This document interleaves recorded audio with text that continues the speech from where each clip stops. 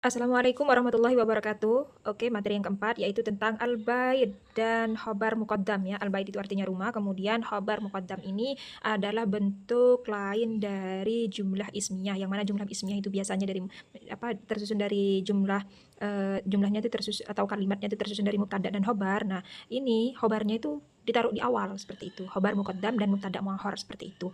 Oke, langsung saja soal nomor 1 ya. Di sini ada soal kata yang dicetak tebal atau kata sariun berkedudukan sebagai fi ghurfah. Nah, ingat ya, jika diawali oleh fi, ini huruf jar, kalau ada di awal ini jelas bahwa di sini ini sebagai khobar muqaddam. Jadi khobarnya itu didahulukan. Kemudian mana yang aslinya mubtada? Aslinya mubtada itu yang ini, sarirun. Sarirun wa sitaratun fi ghurfatin naumi. Aslinya seperti itu. Karena fi ghurfatin naumi di ruang tidur atau di kamar tidurnya ditaruh di awal, berarti ini disebut khobar muqaddam. Khobarnya didahulukan. Kemudian mubtadanya dilanjutkan setelah khobar muqaddam ini disebut mubtada muakhar. Jadi mubtadanya diakhirkan. Sarirun wa sitaratun. Seperti itu. Nah, jadi kata yang dicetak tebal atau sarirun ini berkedudukan sebagai mubtada muakhar. Subjek yang diletakkan di akhir karena berbentuk nakiroh. Nakiroh ini di sini maksudnya itu gak ada alif lamnya ya, seperti itu. Jadi ini jawabannya yang B.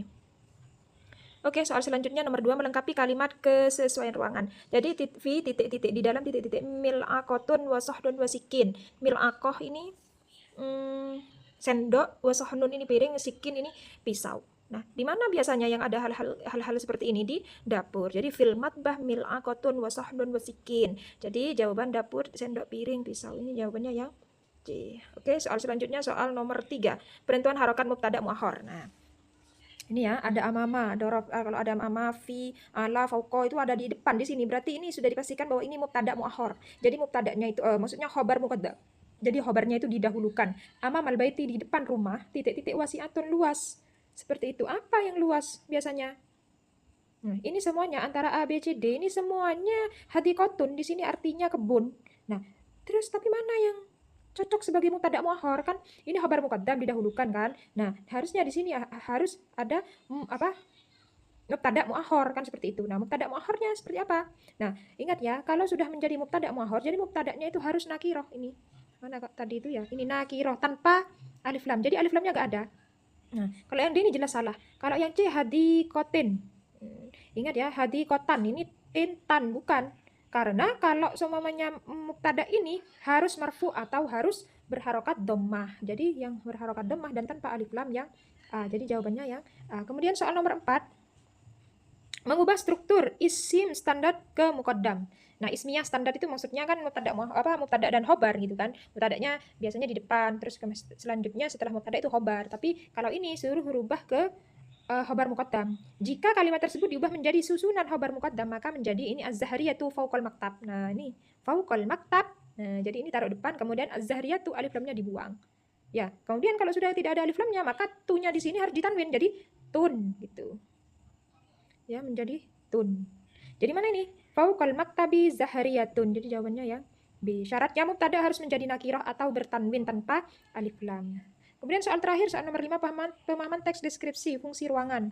Nah, di sini hadza baiti, ini rumahku. Huwa nadifun wa munaddamun, rumah itu bersih dan rapi, tersusun rapi gitu ya. Fi ghurfatil julus arikatun. Nah, kemudian nahnu najlisu fiha. Kita duduk di ada sofa gitu kan ya. Arikatun sofa, kemudian nahnu najlisu fiha li. Kita duduk di arikatun ini di sofa itu fiha li. Untuk apa? Menerima tamu, fungsi untuk menerima fungsi ruang tamu itu nastaqbilat duyufa. Jadi jawabannya ya seperti ini harus diperhatikan ya untuk kalian. Ajarkan siswa rumus terbalik ini.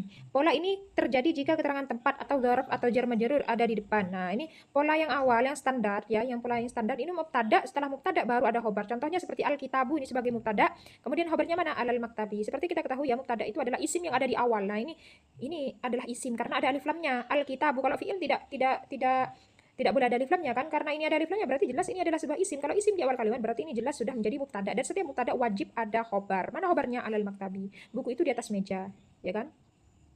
Pakai al, harokatnya dhammah seperti itu. Kemudian pola terbalik ya. Jadi khobar muqaddam, khobarnya ini didahulukan, terus mubtadanya diakhirkan. Khobar muqaddam, muqaddam itu artinya didahulukan. Terus mubtada muakhar, muakhar itu maksudnya diakhirkan. Berarti jadi seperti apa ini ya? Kalimat mubtada khobar ini jadi seperti ini.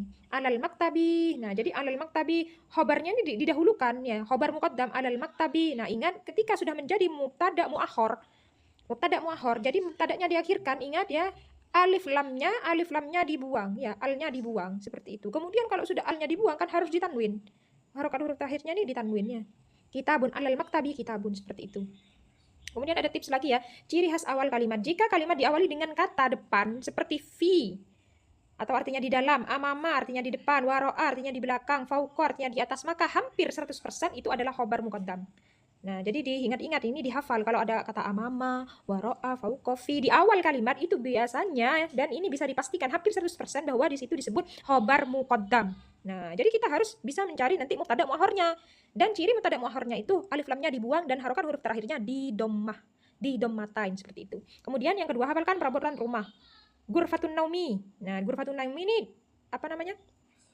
Kamar tidur, ada apa? Sarir, kasur, wisadatun, bantal. Kemudian ghurfatul akli, ruang makan, ada apa? Meja. Maidah itu artinya meja. Kemudian al-hammam, kamar mandi, mirhat ada toilet. Al-ma'u air, ya. Kemudian hukum nakiroh, ingatkan siswa, saat benda pindah di belakang keterangan, alnya ini ya, ingat, alnya harus dibuang dan diganti tanwin. Baik, itu semoga bermanfaat. Kita lanjut materi kelima di video selanjutnya. Oke, terima kasih. Assalamualaikum.